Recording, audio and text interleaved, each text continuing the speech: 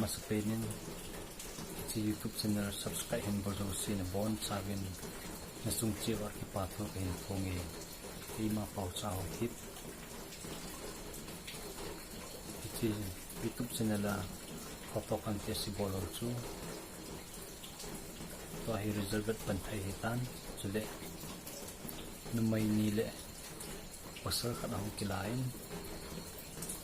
mo si chu to hi kun first la kun second lam pi chu result ni be pen taw ti kipa in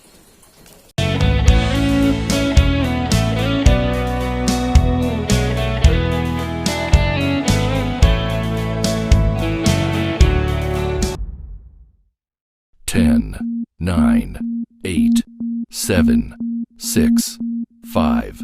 4, 3, 2, 1.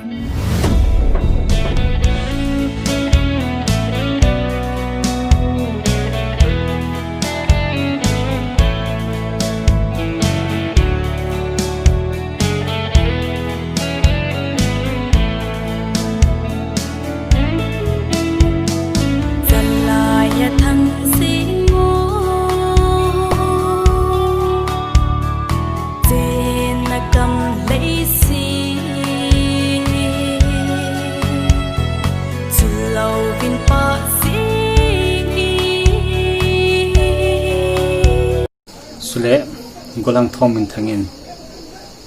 top 3 la na chunga mipi te chunga pi asai no mam ama pha ne peute. Hello, myself min thang serial number 6 tu masanga na boy pi hinga photo contest ana ki bol chu ipa ten top 3 in select top 3 are select kan hi en ama sa pen in vote pi ho na ho tanga bon taw tanga ki ba tu ka sing he sule chi channel le pa pau cha ho kip ama tin nong atum ten pa tu ka sin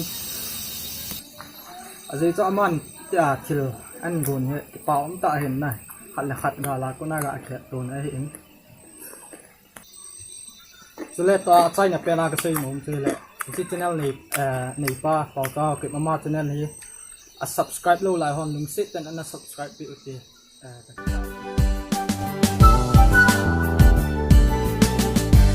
Kelinge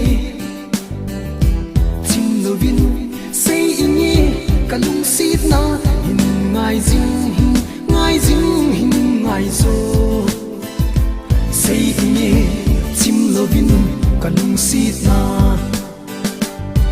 I love you Tu hin ban sakit autin top 2 nunga hat nei dem ama phat ne pikit auti Amasan hiji YouTube channel ana ve hozo se chunga ka jana salam ka hin bol job chu hung dinga jong kanaki gyal phapon ehin la loi legol nong ho pan hala nazar hi sin nachung chi uvah ki pa thu sai zo lo ka hin phong chile hiji channel subscribe bol nai lo ha nei na bol pi uvin lang share jong nei na bol pi divin ka hung tawe hiji channel a hi pathen wa chaila tha jong gap lo jing dinga hi kakipa bye bye.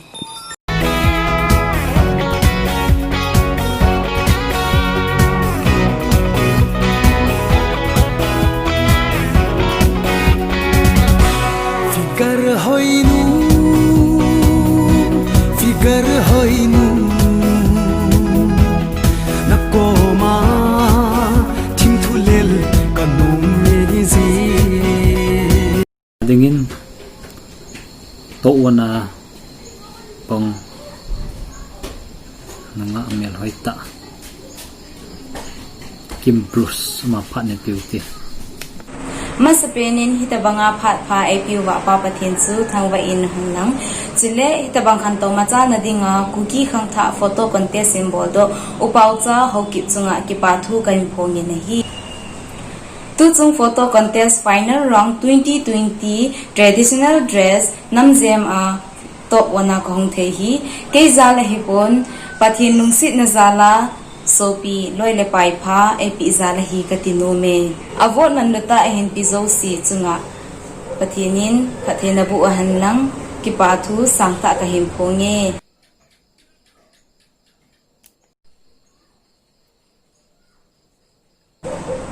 mabana azang hitabang hin kita sat jingu hitin chule hiji YouTube channel paucha hokip hi like share comment chule subscribe and the borzing hite kakipa